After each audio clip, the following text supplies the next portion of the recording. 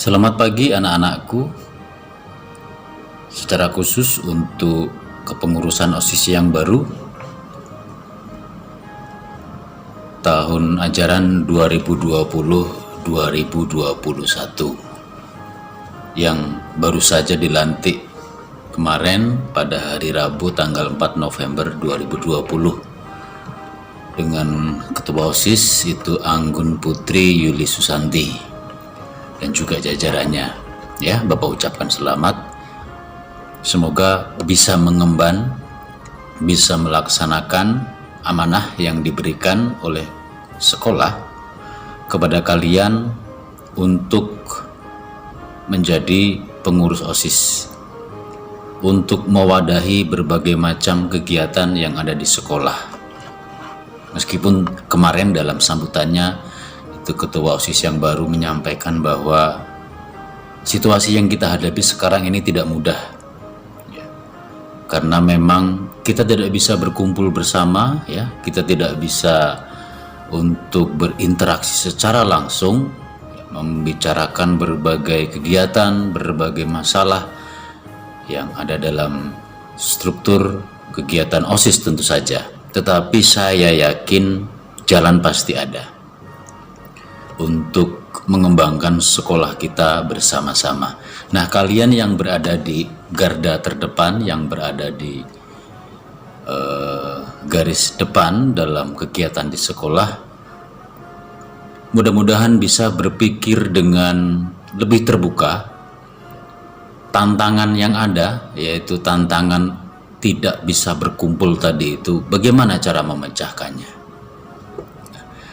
Dalam hal ini Bapak akan menyampaikan keorganisasian OSIS. Jadi secara umum organisasi itu apa? Organisasi itu adalah tempat dua atau lebih siswa atau orang berkumpul dalam satu wadah yang sama dan memiliki tujuan yang sama. Ini yang penting. Jadi yang namanya organisasi itu pasti lebih dari satu orang, paling sedikit dua. Nah, jumlah OSIS yang saat ini ada, kalau tidak salah hitung sekitar antara 40 sampai 45 siswa pilihan. Siswa pilihan. Kemudian mengapa sih saya harus ikut organisasi OSIS, kan begitu ya? Manfaatnya apa? Apa bukan malah nambah-nambahin capek? Apa malah bukan nambah-nambahin kegiatan segala macam, daring aja udah pusing, kan begitu? Nah, anak-anakku sekalian, manusia itu selalu berkembang baik secara fisik maupun karakter, kedewasaan, selalu seiring. Tentu saja pengalaman-pengalaman dalam proses berkembang itu sangat penting untuk modal nanti kalian itu berinteraksi dengan manusia lainnya. Di sini Bapak akan menyampaikan beberapa manfaat kalau kalian ikut dalam sebuah organisasi. Dalam hal ini organisasi OSIS. Yang pertama adalah untuk meningkatkan kemampuan kalian dalam berkomunikasi. Berkomunikasi itu ada verbal dan non-verbal. Verbal itu ngomong langsung, berbicara. Non-verbal itu dengan media, ya, bisa dengan tulisan lewat kertas atau juga lewat media sosial. Sekarang orang lebih cenderung untuk berkomunikasi dengan media sosial, baik chatting lewat WhatsApp maupun yang lainnya. Nah, di dalam organisasi ini nanti kalian akan mempelajari kira-kira kalau saya berkomunikasi dengan orang lain, Tentu saja ada rambu-rambu tertentu. Kalau kalian chatting dengan teman, itu tentu saja bahasa yang digunakan adalah bahasa-bahasa pergaulan, ya, yang setara. Maka kalau orang kota mengatakan lo gue gitu kan ya. Bahkan kadang-kadang ada pakai bahasa-bahasa yang ya bisa dibilang agak sedikit kasar, tetapi karena memang teman, apalagi dekat begitu ya, dianggap tidak masalah. Tentu akan menjadi masalah kalau komunikasi yang kalian lakukan itu adalah terhadap orang yang secara usia dan juga secara status itu lebih tinggi dari kalian.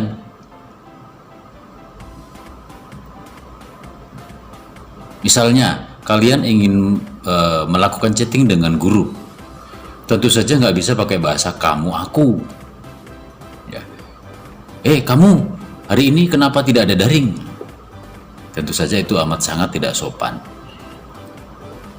Di sini kalian akan belajar ya bagaimana berkomunikasi dengan orang lain. Mungkin usianya di bawah kalian, bisa juga setara, bisa juga di atas kalian. Nah, ini harus dibedakan. Demikian juga ketika kalian juga berbicara dalam bentuk verbal ya, ngomong langsung, itu juga harus memperhatikan dengan siapa saya berkomunikasi. Itu yang paling penting. Ya, dengan siapa saya berkomunikasi. Tidak bisa sembarang. Itu manfaat yang akan diperoleh ketika kalian berorganisasi dan berinteraksi dengan orang lain. Pasti mau tidak mau kalian juga akan berkomunikasi dengan orang lain. Karena komunikasi yang baik akan menghasilkan hasil yang baik. Lalu manfaat yang kedua itu adalah meningkatkan motivasi untuk membangkitkan jiwa kepemimpinan. Kadang kita tidak tahu apakah kita itu punya jiwa pemimpin atau tidak.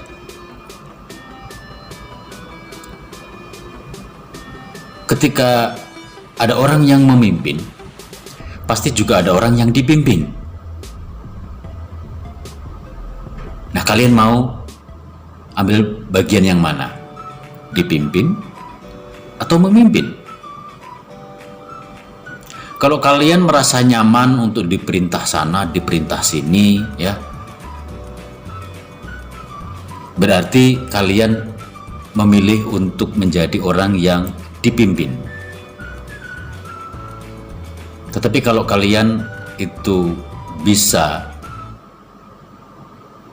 membuat orang lain untuk ikut dalam keputusanmu, ikut dalam tindakanmu, berarti kamu punya bakat untuk menjadi seorang pemimpin.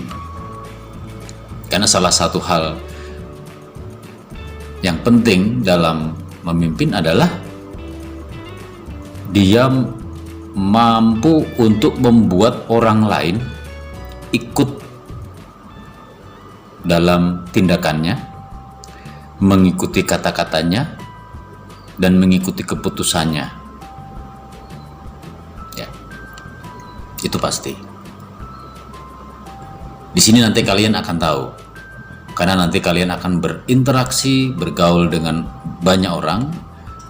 Nah, kira-kira kalian bisa tidak nanti itu mempengaruhi orang lain untuk mengikuti keputusanmu atau tindakanmu? Atau kamu hanya diam saja, biarlah orang lain yang ngomong, biarlah orang lain yang membuat keputusan, saya ngikut aja dan saya nyaman, seperti itu. Sudah, berarti kamu sudah menentukan dirimu, saya maunya dipimpin saja, karena tidak akan ada resiko apa-apa. Kalau toh ternyata tindakan itu salah, toh bukan saya yang membuat keputusan. Jadi salah satu ciri orang yang mempunyai jiwa kepemimpinan adalah orang yang berani mengambil resiko untuk salah. Ya, resiko untuk salah, tidak takut untuk berbuat salah.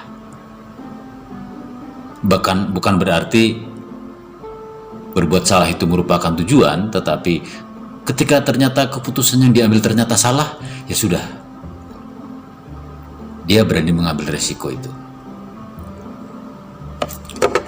Kemudian yang berikutnya, yang ketiga adalah mampu memecahkan masalah itu secara bersama-sama. Ya. Ada pepatah mengatakan, bersatu kita teguh, bercerai kita runtuh. Ada juga yang mengatakan, dua kepala itu lebih baik daripada satu kepala. Ketika kita menghadapi sebuah masalah, dan masalah itu kita pikir sendiri, kita tanggung sendiri, itu terasa berat. Mengapa? Karena hanya kita sendiri yang menanggung, yang memikirkan. Tetapi ketika masalah itu ada dan dihadapi bersama-sama, seolah-olah beban itu terbagi. Nah, inilah pentingnya kebersamaan. Maka mengapa kok banyak orang yang senang curhat? Si A curhat sama si B, meskipun si A itu tahu bahwa si B ini tidak akan memberikan solusi, tetapi setidaknya si A itu sudah membagikan sedikit beban kepada si B. Nah, inilah pentingnya bersama-sama untuk memecahkan masalah. Bisa jadi kita hanya mempunyai satu opsi atau dua pilihan. Bagaimana sih cara memecahkan masalah yang ada? Nah, dengan adanya orang lain pasti memberikan pilihan yang lain. Oh, harusnya caranya begini, harusnya begini, biar tidak terjadi seperti itu. Orang lain lagi datang dengan solusi yang lain. Oh iya, sehingga pikiran kita menjadi terbuka bahwa satu masalah itu bukan hanya bisa diselesaikan oleh satu solusi, bisa juga diselesaikan dengan solusi yang lain. Dan kita menjadi tahu, kita menjadi berkembang, ternyata seperti itu. Bahwa masalah itu kadang-kadang sebetulnya tidak berat, tapi karena kita tidak tahu bagaimana solusinya, seolah-olah menjadi berat. Nah, dengan adanya orang lain memberikan solusi yang lain, memberikan solusi yang berbeda, dan akhirnya masalah bisa dihadapi bersama-sama. Kemudian yang berikutnya, yang keempat adalah memperluas wawasan yang dimiliki.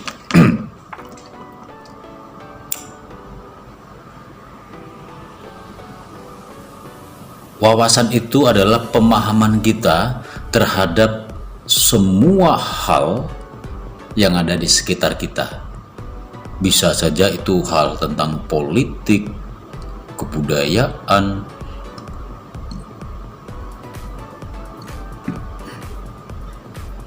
olahraga, sosial, dan masih banyak lagi. Kalau kita tidak pernah keluar dari ruang lingkup kita, kalau pas di rumah kita hanya ada di kamar saja, kita hanya pegang HP, dan HP kita itu hanya buka game, Mobile Legend, FF, tahu ya FF ya, Free Fire, Among Us, hanya itu saja. Kita seperti kata dalam tempurung, itu istilah mengatakan. Begitu banyak hal yang terjadi di luar diri kita yang sebetulnya bisa membuat kita itu semakin memiliki wawasan yang luas. Semakin jarang kita bergaul dengan orang lain, maka semakin kecil rasa empati kita. Rasa empati itu adalah rasa kepedulian kita dengan orang lain.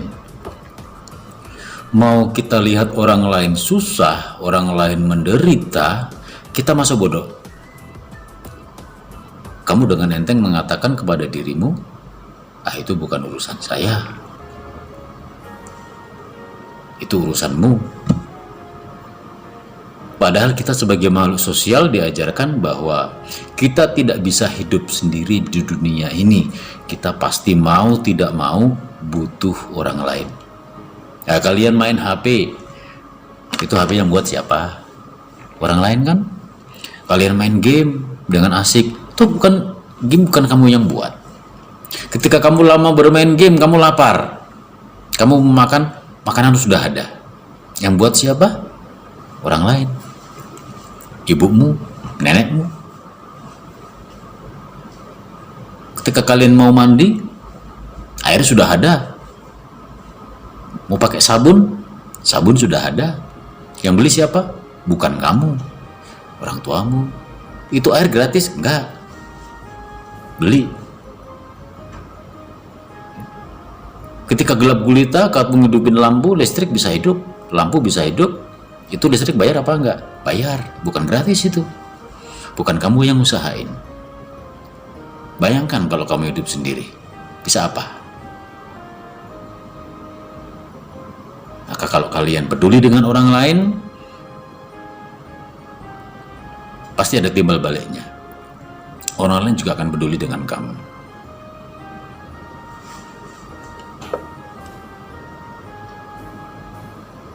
Kemudian yang berikutnya adalah memiliki rasa tanggung jawab yang tinggi. Anak-anakku sekalian, rasa tanggung jawab itu kalau tanggung jawabnya hanya untuk diri sendiri, biasanya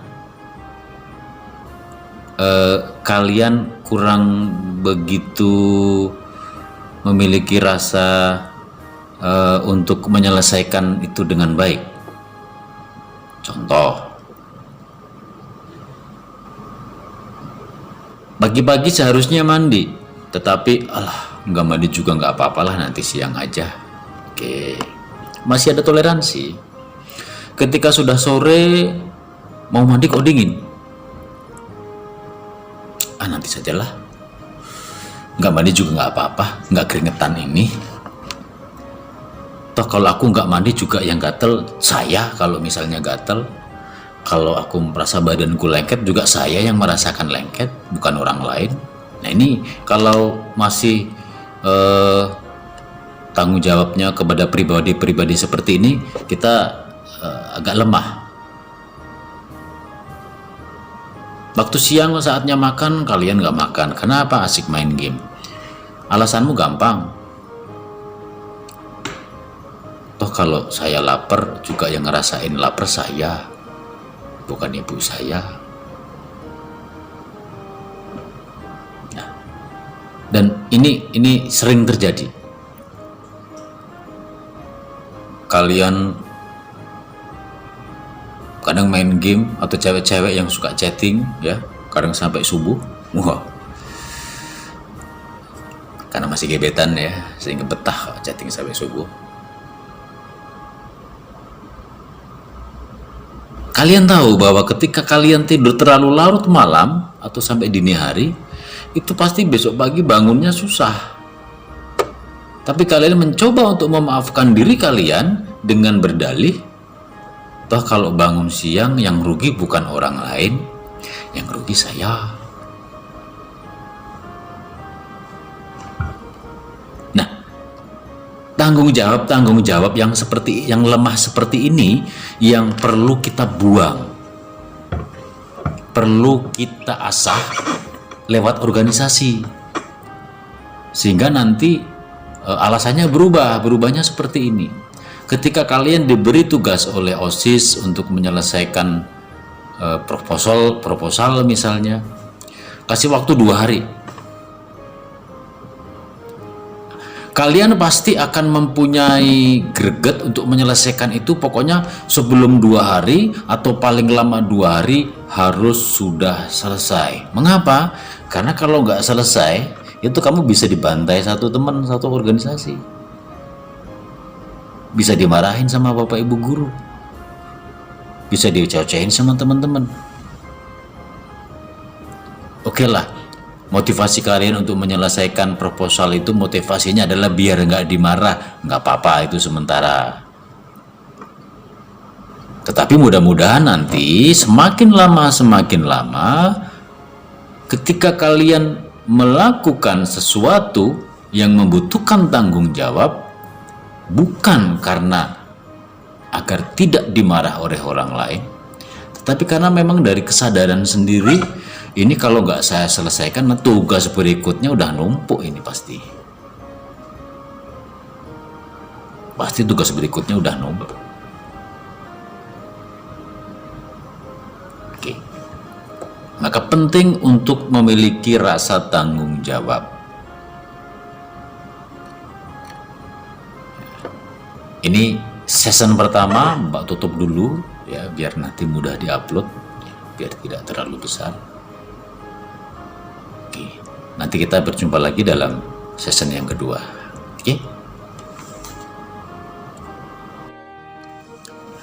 Oke, babak lanjut untuk season yang kedua, bentuk atau susunan organisasi OSIS yang ada di sekolah kita. Sebagaimana tadi yang sudah Bapak sampaikan di awal, bahwa ketua OSIS kita yaitu Anggun Putri Yuli Susanti, itu dari kelas 8A sebagai ketua OSIS. Kemudian ada wakilnya juga di sana. Kemudian ada sekretaris, ada bendahara. Itu pengurus inti ya. Sekretaris ini punya wakil, bendahara juga ada wakil, sehingga total ada 6 siswa yang berada atau duduk di kepengurusan inti. Kemudian juga ada beberapa sekretaris bidang ya, yang mempunyai tugas masing-masing di bidangnya. Nah, Bapak hanya bisa berharap bahwa kalian bisa melaksanakan tugas ini dengan baik. Di pikiran kalian pasti banyak sekali pertanyaan. Bagaimana saya harus melaksanakan tugas saya sebagai pengurus OSIS, Bapak? Kami di rumah saja. Kami tidak bisa ke sekolah. Kami tidak bisa berembuk, kami tidak bisa rapat, kami tidak bisa bertemu dengan teman-teman yang lain. Ya. Tentu saja sekolah di sini sudah memikirkan formula bagaimana menjalankan organisasi siswa intrasekolah ini dalam situasi belajar daring atau online. Banyak keterbatasan-keterbatasan yang kita alami.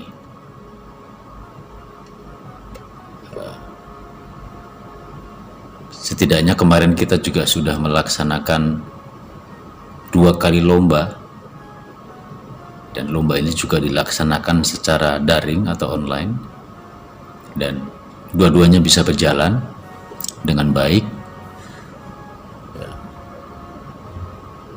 Kita memang harus bisa mensiasati dengan cerdik ya, situasi apapun. Karena selama ini kita sudah berada dalam situasi yang serba enak, mau ngapa-ngapain enak gitu kan, sehingga pikiran kita untuk mensiasati segala hal itu menjadi berkurang. Ini mungkin saatnya kita bisa berpikir ya, bisa mencari celah dari kesulitan-kesulitan yang ada. Materi yang Bapak berikan tidak banyak, tapi mudah-mudahan bisa bermanfaat bagi kalian, dan secara khusus nanti bagi organisasi OSIS, sehingga apapun kondisinya, OSIS periode 2020-2021 harus bisa berjalan dengan baik. Demikian, terima kasih.